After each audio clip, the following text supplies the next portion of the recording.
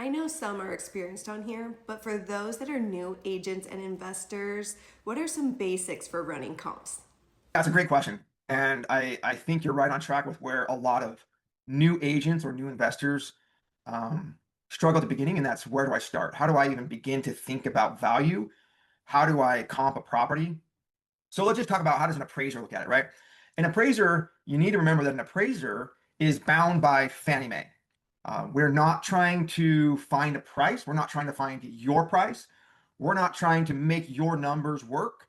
We are trying to find the market value of a specific property. We have guidelines from Fannie Mae, Freddie Mac, FHA, the major GSEs out there that say this is the best practices, right? Because sometimes, and we know this, there's sometimes we have a very, very complex property and we break all the rules, right?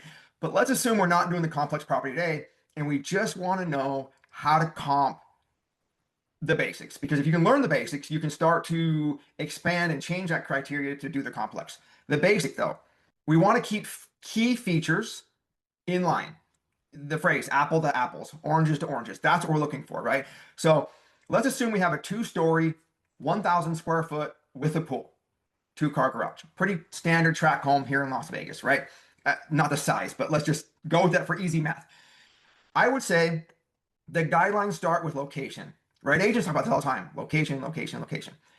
That location is determined by economic forces. So those forces are, if I buy this house or I buy a house that's in its competitive market, it means that we shop at the same available shopping centers. We have the same economic resources. We have the same job opportunities. That's what location kind of means.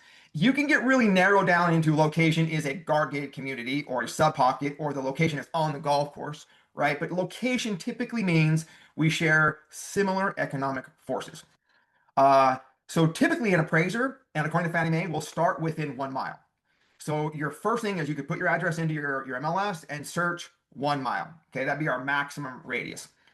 Now we want to go key features. So the next most important is the size of the home, which is our gross living area, often referred to by appraisers or sometimes agents as the GLA. And that living area, I would start probably going up and down 10%. So if we have, in our example, 1,000 square foot, then we would search up and down 100 foot. So 900 to 1,100 square foot in that search criteria for the living area. Then keeping apples, we want to go design style. So let's just search 2 stories to begin with, okay? And then if the lot size is a typical tract home, let's just say it's 4,000 square foot for a house of that particular size, I would just probably put in my lot size anything less than 6,000 square foot. That's a very broad, but what I'm doing is I'm not trying to bracket that lot size. I'm trying to get rid of all the big lot sizes. I'm trying to get rid of those anomalies. I'm trying to get rid of the 10,000 square foot sites. I'm just trying to get rid of those by putting in that. That would be my basic search parameters for a tract home.